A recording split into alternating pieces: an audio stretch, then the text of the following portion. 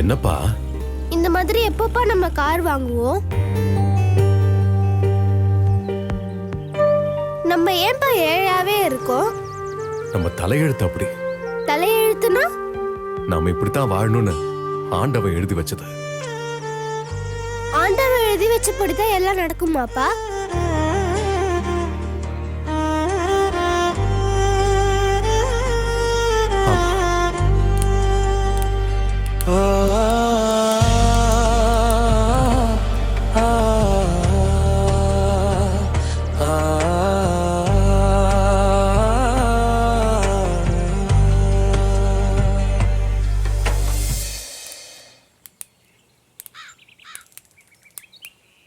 அம்மா, இந்த வீடெல்லாம் ரொம்ப அழகா இருக்குல்ல? ஆமா, நம்மளும் இந்த மாதிரி ஒரு வீடு கட்டுவோமா? நம்மளால கட்ட முடியாதுமா. ஏம்மா? அதெல்லாம் நடக்காது, நம்ம தலையெழுத்து. இவங்கெல்லாம் ஏம்மா வசதியா வாழறாங்க? அது அவங்க தலையெழுத்து.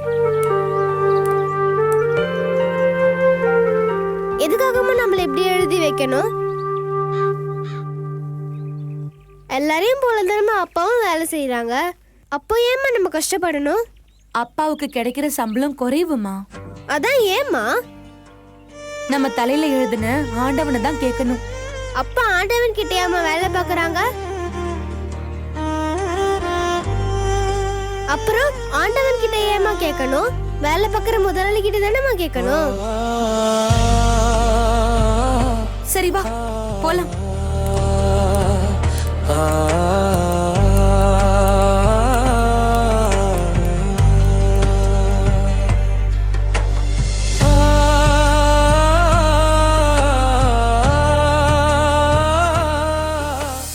Stone paper scissors. Stone paper scissors. Stone paper scissors. ஏங்க ஒரு 50 ரூபாய் இருந்தா கொடுங்க. 20 ரூபா தாமா இருக்கு. என்னால குடும்பத்தை சமாளிக்க முடியலங்க. பிள்ளைங்களும் வளர்ந்துட்டாங்க. வீட்டு வாடகை, விலைவாசின்னு எல்லாமே கூடிருச்சுங்க. அடுத்த மாசம் கொஞ்சம் சம்பளத்தை கூட்டி கேளுங்க. சரி.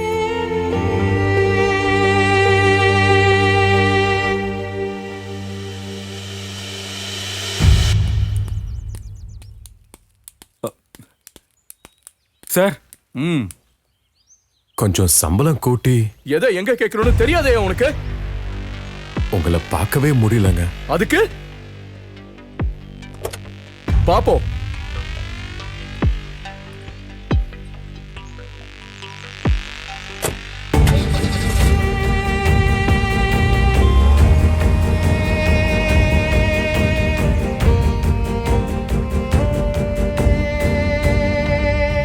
ஏயா, உனக்கு அறிவில்ல? சம்பளத்தை பத்தி பேசணும்னா கம்பெனில தான் பேசணும். வீட்டுக்கு வந்திருக்க? அது இல்ல சார். இதோ பாரு, இதை விட குறைஞ்ச சம்பளத்துக்கு வேலை செய்யறதுக்கு ஆள் இருக்கு. குடுக்கறத வாங்கிட்டு வேலை பார்க்கறதா தான் பாரு, இல்லனா கிளம்பு.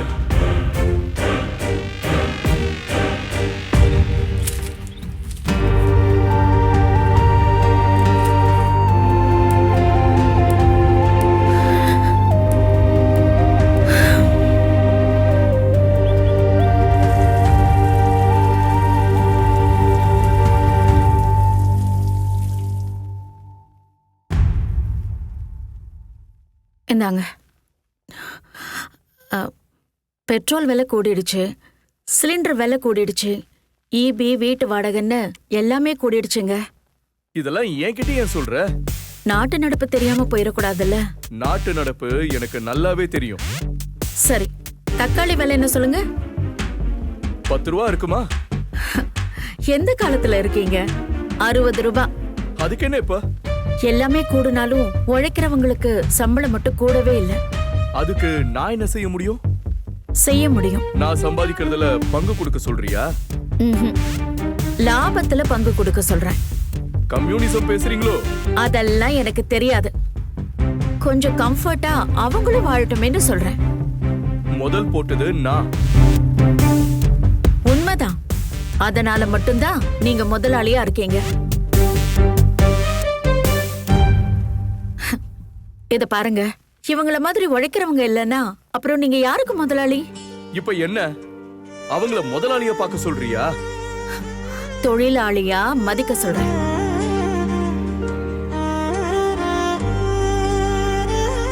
அவங்களும் வசதியா வாழணும்னு சொல்றேன். நீ நினைக்கிற மாதிரி எல்லாரும் வசதியா வாழ முடியாது. வாழ முடியாதா இல்ல வாழக்கூடாதா?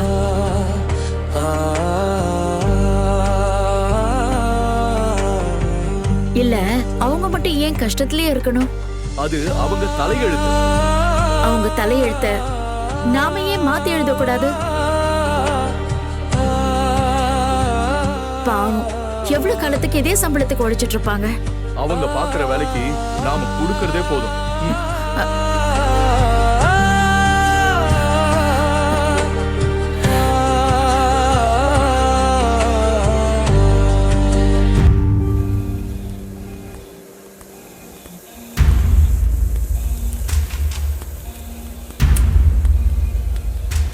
என்ன ஆச்சு? பிசினஸ் குறைஞ்சிருச்சு. இந்த மாசம் சம்பளமே போட முடியாது போல இருக்கே. போட்டி அதிகமாயிடுச்சு சார். அது மட்டும் இல்ல, ப்ரொடக்ஷனும் கம்மியாயிடுச்சு சார். ஏன்? ஆளு பற்றாக்குறை, நிறைய பேரும் வேலையை விட்டு போயிட்டாங்க.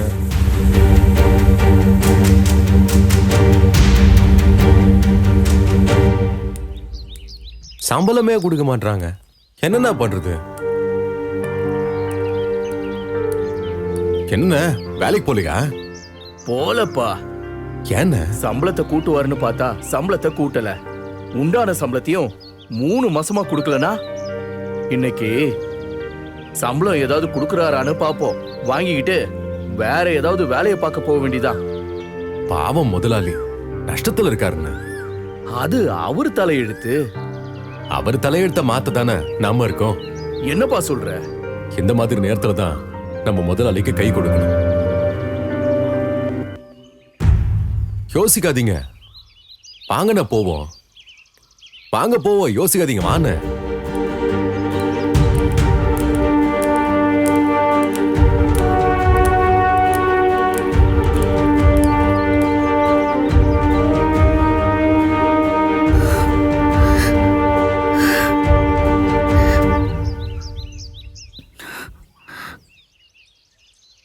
உங்க தலையெழுத்த அவங்க மாத்தணும்னு நினைக்கிறாங்க.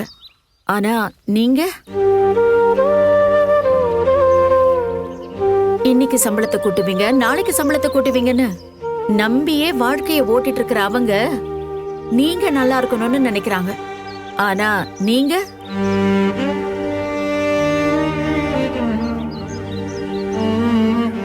கழுவுற வேலையோ கலெக்டர் வேலையோ வேலை வேணுங்கிறது எல்லாருக்குமே ஒண்ணுதான்.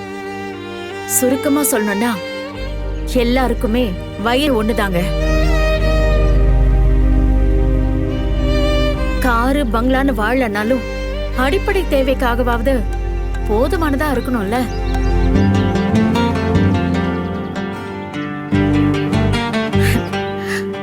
எஜமான்களே, உங்களுக்கும் பரலோகத்தில் எஜமான் இருக்கிறார் என்று அறிந்து வேலைக்காரருக்கு நீதியும் செவ்வையுமானதை செய்யுங்கன்னு பைபிள் சொல்லுது.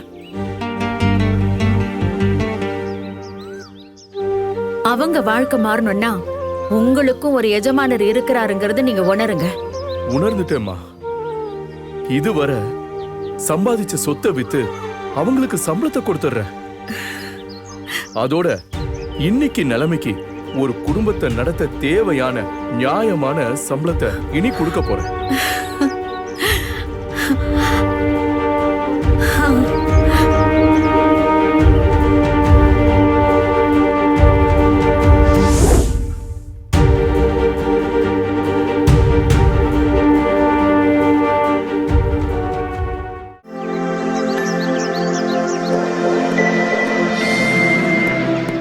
கர்த்தரும் இரட்சகருமாகிய இயேசு கிறிஸ்துவின் இனிதான நாமத்தில் உங்கள் யாவருக்கும் என் அன்பின் வாழ்த்துக்களை தெரிவித்துக் கொள்கிறேன்.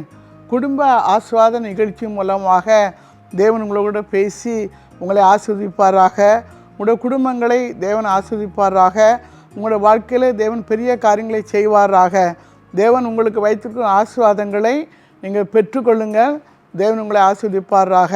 இந்த நாளிலேயும் கொலோசியர் 4:1 எஜமான்களே, உங்களுக்கும் பரலோகத்தில் எஜமான் இருக்கிறார் என்று அறிந்து வேலைக்காரருக்கு நீதியும் செவ்வையுமானதை செய்யுங்கள். நம்ம எல்லாருக்காகவும் ஒரு எஜமான் இருக்கிறார். அவர்தான் இயேசு, அவர்தான் தேவன். அவர் நம்மை பார்த்து கொண்டிருக்கிறார். அவருடைய கண்கள் இரவும் பகலும் நம்ம ஒவ்வொருவர் மீதும் நோக்கமாக இருக்கிறது. அவர் நம்மை கவனித்து கொண்டே இருக்கிறார். எனக்கு அருமையானவர்களே, தேவன் நமக்கு வேலைக்காரர்களை தந்திருக்கலாம். ஆனால் வேலைக்காரர்களை கடும் சொற்களை கொண்டு பேசக்கூடாது, ஜாதியை சொல்லி திட்டக்கூடாது, அற்பமாய் எண்ணக்கூடாது, அற்பமாய் நாம் வேலைக்காரரை எண்ணக்கூடாது. நீ வேலைக்கு தானே வந்திருக்கா, அதை செய் இதை செய்யின்னு சொல்லி அதிகாரமாக பேசக்கூடாது. வேலைக்காரரை நாம் அன்போடு நடத்தணும். அப்போ இந்த அன்பை நம்ம எப்படி பெற்றுக்கொள்ளும்? சும்மா நம்ம அன்பாக நடத்த முடியாது. இப்போ நம்ம ஆண்டோட பிள்ளைகளாக இருந்து நல்லா ரசிக்கப்பட்டு நல்ல ஆவின் அபிஷேகத்தை பெற்று தேவ அன்பு நமக்குள்ளே ஊற்றப்பட்டு தேவ அன்பு நமக்குள்ளே இருந்தால் தான் நம்ம அன்பாக பேச முடியும். தேவ அன்பு ரோமர் 5:5 சொல்லுது, தேவ அன்பு நம்முடைய இருதயங்களில் ஊற்றப்படணும்னு சொல்லி. அப்போ தேவ அன்பு நமக்குள்ளே ஊற்றப்படணும். நம்ம வெறுமனே மேலோட்டமாக நின்று கொண்டு இருக்கக்கூடாது. பைபிள் வாசிக்கிறோம், ஜெபம் பண்ணுறோன்னு சொல்லி மேலோட்டமாக நின்று கொண்டு இருக்கக்கூடாது. ரட்சிக்கப்படணும். உங்கள் வாழ்க்கையை நீங்கள் ஆண்டவருக்கு ஒப்பு கொடுக்கணும். பரிசுத்த ஆவினால் நிரப்பப்படணும். தேவனுடைய அன்பை நீங்கள் பெற்றுக்கொள்ளணும். தேவ அன்பு நமக்குள்ள ஊற்றப்படணுமா? ஆண்டவர்கிட்ட கேட்கணும், ஆண்டவரே குடும்பம் நடத்துகிற எனக்கு உங்களுடைய தேவ அன்பை தாரும். கணவரிடத்தில் நான் எப்படி பேசணும், பிள்ளைகளிடத்தில் எப்படி பேசணும், வேலை செய்கிறவங்கள்ட்ட எப்படி பேசணும், நான் அன்பாக பேசணும். ஆண்டவரே உங்களுடைய அன்பை தாருன்னு சொல்லி கேட்கணும். அன்பு இல்லாட்டனா ஒன்றுமே இல்லை. நமக்குள்ளே அன்பு இல்லைன்னா ஒன்றுமே கிடையாது. இந்த நிகழ்ச்சியை பார்த்து கொண்டிருக்க நீங்கள் யாராக இருந்தாலும், இயேசுவை பற்றி அறியாத குடும்பத்தில் நீங்கள் இருந்தாலும், இயேசுவை பற்றி அறிந்தவர்களாக இருந்தாலும், தேவ அன்பு நம்முடைய இருதயங்களே ஊற்றப்படணும். என் வீட்டில் வேலை செய்கிற வேலைக்காரி, என் வீட்டில் வேலை செய்கிறவன் அப்படின்னு சொல்லி அற்பமாக எண்ணக்கூடாது. ஒருவேளை கார் ஓட்டு டிரைவராக இருக்கலாம், டிரைவர் வா அப்படின்னு சொல்லி நம்ம அற்பமாக எண்ணக்கூடாது. இப்போ நம்ம அன்பாக பேசணும். ஒரு தப்பு செய்துட்டாங்கன்னு சொன்னால் நம்ம அன்பாக பேசி கடிந்து கொள்ளணும். எரிச்சலை வச்சு கோபத்தோடு கூட பேசி வேலைக்காரரை வீட்டை விட்டு வெளியே போன்னு சொல்லி நம்ம திட்டக்கூடாது. எனக்கு அருமையானவர்களே, தேவ அன்பு நம்முடைய இருதயத்தில் ஊற்றப்படணும். நம்மை ஆண்டவர் பார்த்து கொண்டே இருக்கிறாரு. தேவனுடைய கண்கள் நம்மை பார்த்து கொண்டே இருக்குது. நமக்கு ஒரு எஜமான் இருக்கார், அவர் தான் இயேசு. இயேசு நம்ம பார்த்து கொண்டே இருக்கிறாரு. அப்போ நம்ம வேலை செய்கிறவங்கள அவங்க கஷ்டத்துக்கு மத்தியில் தான் நம்ம இடத்துல வந்து வேலை செய்கிறாங்க. அப்போ அவங்கள அற்பமாக எண்ணக்கூடாது, நேசிக்கணும், அன்பு பாராட்டணும். இப்போ அவங்களோட கஷ்டத்தில் நம்ம உதவி செய்யணும். பிள்ளைகளுக்கு படிக்க வைக்க காசு இல்லையா, நம்ம கொடுத்து உதவி செய்யணும். நம்ம உண்மையில் நம்ம ஆண்டோட பிள்ளைகளாக நம்ம இருப்போமானால் மற்றவர்களுக்கு உதவி செய்யணும். நம்ம வீட்டில் வேலை செய்கிற வேலைக்காரங்களுக்கு பிள்ளைகளுக்கு உதவி செய்யணும். வேலைக்காரரை கண்ணீர் வடிக்க வைக்கக்கூடாது, அவன் கண்ணீரோடு நிற்கக்கூடாது. வேலை செய்கிற பெண்ணாக இருந்தாலும் ஆணாக இருந்தாலும் நீங்கள் கண்ணீர் வடிக்க வைக்கக்கூடாது. ஒருவேளை உங்களோட தொழிற்சாலையில் வேலை செய்கிறவங்களாக இருக்கலாம், இல்லை அவங்க வியாபாரத்தில் உங்கள் கூட வேலை செய்கிறவங்களாக இருக்கலாம். யாராக இருந்தாலும் கடினமான சொற்களை பேசி அவங்கள திட்டக்கூடாது, அற்பமாக எண்ணக்கூடாது. அன்பாய் நம்ம நடத்தணும், அன்பாய் பேசணும். தவறு செய்யும்போது நம்ம அது தவறை சுட்டி காட்டி அவங்கள அன்பாக திருத்தணும். எனக்கு அருமையானவர்களே, வேலைக்காரங்களை அற்பமாக எண்ணக்கூடாது, கண்ணீர் வடிக்க வைக்கக்கூடாது. அது நமக்கு சாபமாக மாறிடும். எனக்கு அருமையானவர்களே, எங்களோட ஊழியத்தில் ஒரு பிள்ளை வந்து என்னிடத்துல எனக்கு திருமண காரியம் ஒழுங்கு பண்ணியிருக்கு அப்படின்னு சொன்னான். நான் அப்படியா, சரி ஆண்டவருக்கு ஸ்தோத்திரம்னு சொல்லி சொன்னேன். அப்போ அவள் சொன்னால், என்னுடைய சில ஜாமான்கள் பேங்கில் இருக்குது, எனக்கு பணம் இல்லை, என் அப்பா ஒரு குடிகாரரு, அம்மாவால் அதை திருப்ப முடியாது, எனக்கு உதவி செய்யுங்கன்னு சொல்லி அவள் சொன்னான். அந்த பிள்ளை வந்து என்னிடத்துல சொன்னான். அப்பொழுது நான் யோசித்து கொண்டே இருந்தேன். அப்பொழுது நான் சகோதரர் அவரிடத்துல வந்து சொன்னேன், அந்த பிள்ளை வந்து உதவி கேட்குறா, அப்போ அவளுக்கு ஏதாவது உதவி செய்யணும், இப்போ ஜாமான் பேங்கில் இருக்குது, திருப்பணும், பணம் இல்லைன்னு சொல்கிறா அப்படின்னு சொல்லும்போது சகோதரர் அவர்கள் சொன்னாங்க, நாம் உதவி செய்யலாம் அப்படின்னு சொல்லி சொன்னாங்க. அப்படி நானும் சரி உதவி செய்வோன்னு சொல்லி பேசினோம். அப்போ அவள் வந்து சொன்னால், நகை வந்து 1,44,000 45,000 ரூபா என்னமோ சொன்னான். அவ்வளோ ரூபாய்க்கு வைக்கப்பட்டிருக்குன்னு சொல்லி. அப்போ நான் வந்து அந்த நகையை திருப்பி கொடுத்தா அவளுக்கு நல்லதே, அவளுக்கு திருமணம் ஆக போகுதேன்னு சொல்லி நினச்சி தான் சகோதரிடத்தில் பேசுகிறேன்.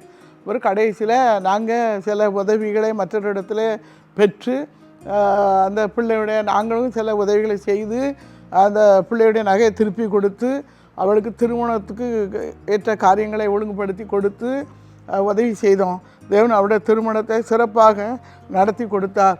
எனக்கு அருமையானவர்களே, நான் இதை ஏன் சொல்கிறேன்னு சொன்னேன்னா, நம்மிடத்துல வந்து உதவி கேட்குற பிள்ளைகளுக்கு நம்ம உதவி செய்யணும். அப்போ இயேசுடைய ஊழியத்தில் நீங்கள் பார்த்தீங்கன்னா, ஊழியம் கர்த்தருடைய ஊழியம். ஊழியத்தில் எஜமான் வந்து இயேசு தான் எஜமான். அவரை எல்லாத்தையும் பார்த்துக்கிட்டு இருக்காரு. ஊழியத்தில் நிறைய பேர் இருக்காங்க. ஊழியத்தை வேலை செய்யும்படியாக ஆண்களும் இருக்காங்க, பெண்களும் இருக்காங்க, மற்ற வேலைகள் செய்கிற ஆண்களும் இருக்காங்க, பெண்களும் இருக்காங்க, வேலை செய்கிற ஆட்களும் இருக்காங்க. ஆனால் அவங்களுக்கெல்லாம் நாங்கள் இயேசு பற்றி சொல்லுவோம். வேலை செய்கிற ஆட்களுக்கெல்லாம் இயேசு பற்றி சொல்லுவோம். நானும் சொல்லுவேன். சொல்லிவிட்டு பைபிள் கொடுப்பேன். பைபிள் கொடுத்து அவங்க சந்தோஷமாக இருக்கணும். அதுதான் என்னுடைய சந்தோஷம். இந்த வேலை செய்கிற ஆட்கள், சமையல் செய்கிற மாஸ்டர்மார் இருப்பாங்க. அவங்களாம் திடீர்னு ஏதாவது பிரச்சனைன்னு வருவாங்க. வேதத்தை கொடுத்து பைபிள் வாசி ஜெபம் பண்ணுங்க, ஆண்டவங்களோட பிரச்சனைகள்லாம் மாற்றுவார், குடும்பத்தை சமாதானம் தருவார், சந்தோஷம் தருவார்னு சொல்லி சொல்லுவேன். இப்போ பிள்ளைகளுக்கு உதவி செய்யுங்க, பிள்ளைகள் படிக்கணும்னு சொல்லி வருவாங்க. அப்போ அவங்களுக்கெல்லாம் உதவி செய்வோம். ஏன்னா நமக்கு மேலே ஒரு எஜமான் இருக்கார், அவர் நம்மளை பார்த்துக்கிட்டே இருப்பார்.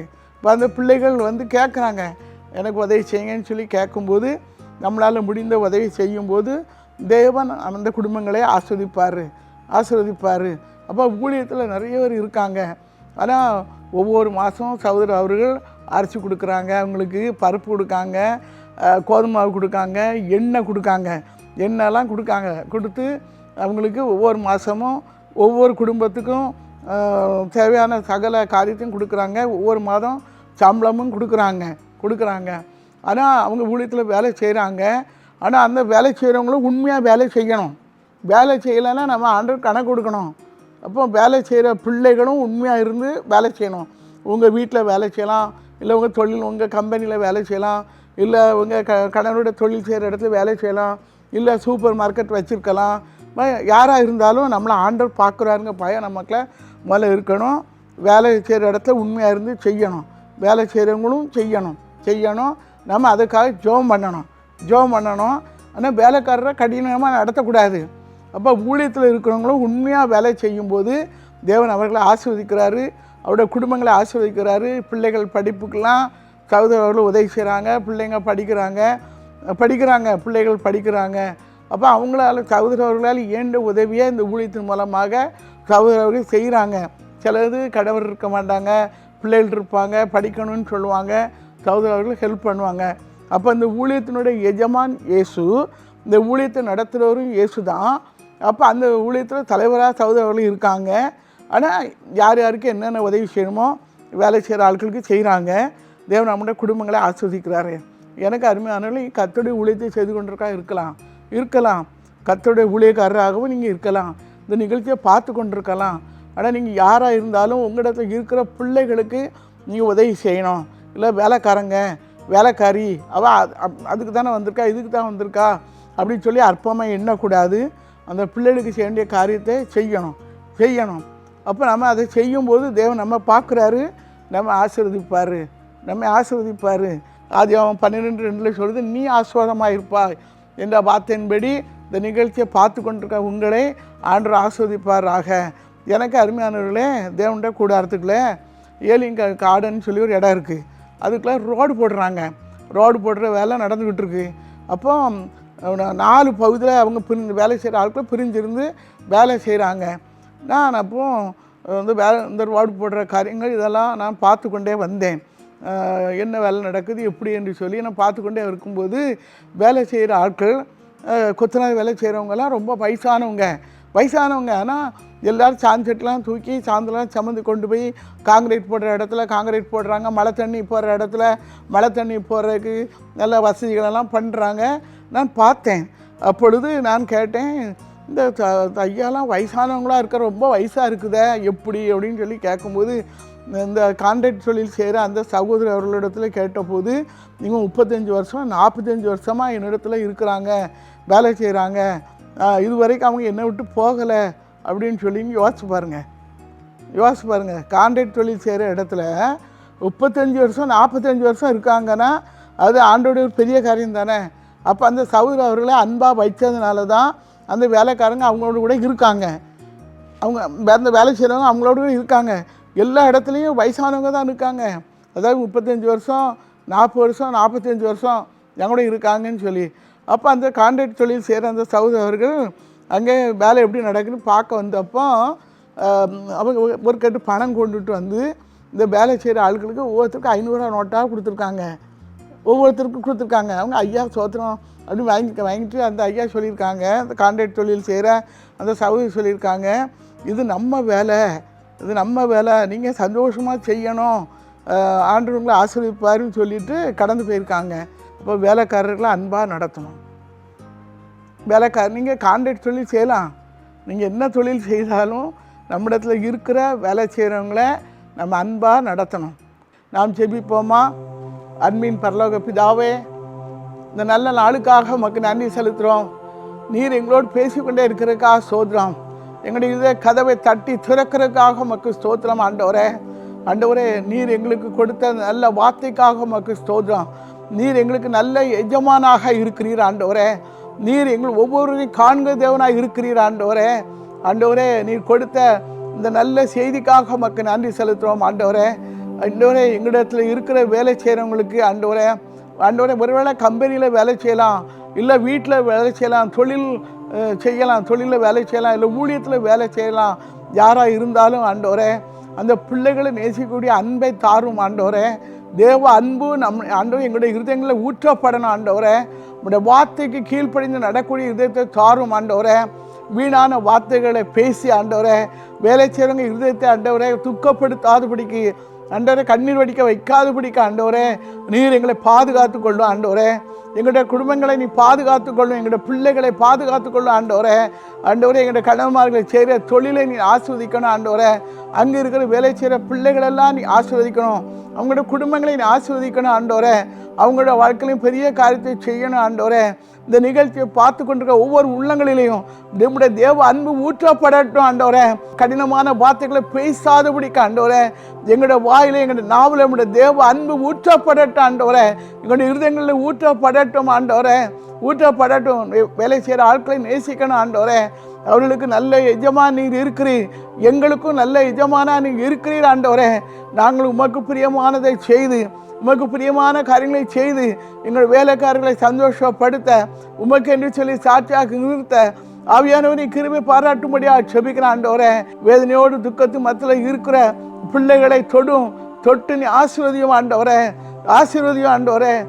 பிள்ளைகள் இழந்து போன எல்லா ஆசீர்வாதத்தையும் பிள்ளைகளுக்கு திரும்ப கொடுத்து ஆசீர்வதியும்.